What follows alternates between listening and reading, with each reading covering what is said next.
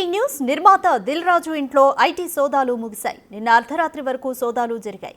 దిల్ రాజు నిర్మించిన సినిమాలు వచ్చిన లాభాలపై ఆరా తీశారు. దిల్ రాజు నిర్మాణ సంస్థ ఆర్థిక లావాదేవీలని పరిశీలించి బ్యాంక్ లాకర్లను సైతం ఓపెన్ చేయించారు ఐటీ అధికారులు.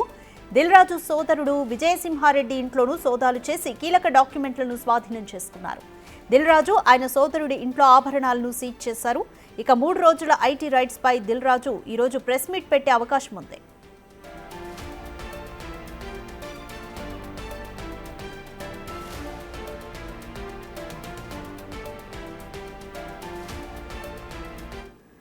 మోర్ డీటెయిల్స్ మా ప్రతినిధి సుజాత అందిస్తారు. సుజాత, నిర్మాత దిల్ రాజు ఇంట్లో దాదాపు 3 రోజులుగా ఐటీ రైట్స్ అయితే కొనసాగాయి. ఆయన తమ్ముడి ఇంట్లో కూడా ఐటీ రైట్స్ చేశారు. కొంత బంగారాన్ని కూడా సీజ్ చేశారు. అయితే ఈరోజు దిల్ రాజు ప్రెస్ మీట్ పెట్టే అవకాశం ఉందా? పెడితే ఏం మాట్లాడబోతారు అనుకోవచ్చు?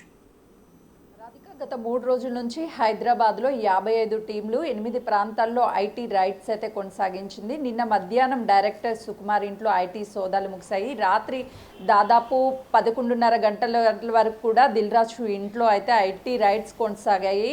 రాత్రి 11:30 గంటల ప్రాంతంలో ఐటీ రైట్స్ అనేవి ముగిశాయి. అయితే ఈరోజు ప్రెస్ మీట్ పెట్టే అవకాశం ఉంటుంది. ఎందుకంటే నిన్న దిల్ రాజుకి సంబంధించినటువంటి దిల్ రాజు అమ్మగారికి కూడా హెల్త్ బాగోలేదు అని చెప్పేసి హాస్పిటల్కి తీసుకువెళ్లారు. ఆ టైంలో ఐటీ అధికారులు తన దగ్గర ఉన్నటువంటి మొబైల్స్ అన్నీ తీసుకోవడంతో పాటు వాళ్ళ అమ్మతో ఐటీ అధికారులను కూడా అక్కడికి పంపించినటువంటి సిచ్యువేషన్ ఉంది. ఇప్పటికే దిల్ రాజు ఇంటితో పాటు తమ కుమార్తె అదేవిధంగా ప్రొడ్యూసర్స్ దిల్ రాజుకి సంబంధించినటువంటి తమ్ముడి ఇంట్లోనూ ఐటీ సోదాలు కొనసాగాయి. మరోవైపు పుష్ప 2 మూవీకి సంబంధించినటువంటి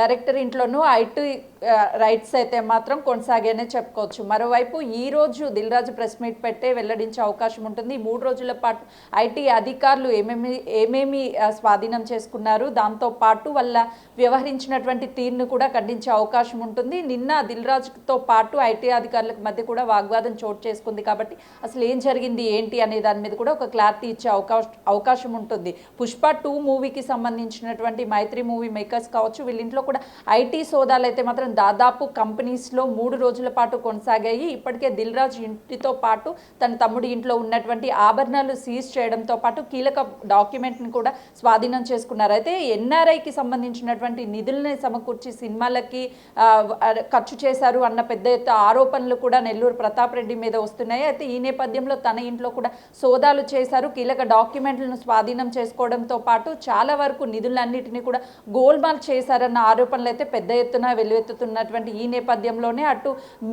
మ్యాంగో మీడియాకి సంబంధించినటువంటి సోషల్ మీడియాకి సంబంధించి కొన్ని ప్రమోషన్స్ కూడా చేశారు ఈ సినిమాలకి సంబంధించి. అయితే ఈ ఆఫీసుల్లోనూ తనిఖీలు అయితే మాత్రం ముమ్మరంగా 3 రోజుల పాటు కొనసాగాయని చెప్పుకోవచ్చు. మొత్తానికైతే మాత్రము 3 రోజుల పాటు కొనసాగినటువంటి ఐటీ సోదాల్లో కీలక డాక్యుమెంట్ని స్వాధీనం చేసుకోవడంతో పాటు బంగారాన్ని సీజ్ చేయడము, మరోవైపు బ్యాంక్ లాకర్స్ ఏవైతే ఉన్నాయో ఆ లాకర్స్ని కూడా పరిశీలించినటువంటి సిచ్యువేషన్ ఉంది. అయితే పెద్ద ఎత్తున నిధుల గోల్మాల్ జరిగాయి. భారీ బడ్జెట్తో తీసినటువంటి సినిమాలు ఏవైతే ఉన్నాయో ఆ సినిమాల్లో వచ్చినటువంటి లాభాలని చూపించకుండా కేవలము బ్యాలెన్స్ షీట్ కావచ్చు, అదేవిధంగా ఐటీ ఎగగొట్టే ప్రయత్నం చేయడానికి ఇదంతా కూడా చేశారు అని చెప్పేసి ఐటీ అధికారులు క్లియర్గా ఈ సోదాలలో తెలిసినటువంటి విషయాలను కూడా మరోవైపు ఇందులో జరిగినటువంటి గోల్మాల్లే ప్రధాన కారణం అని చెప్పినట్లుగా కూడా తెలుస్తుంది. మొత్తానికైతే మాత్రము ఈ 3 రోజుల పాటు జరిగినటువంటి ఐటీ సోదాల్లో అటు సినీ ఇండస్ట్రీకి సంబంధించినటువంటి పెద్ద చర్చ నడుస్తుంది. ఎందుకంటే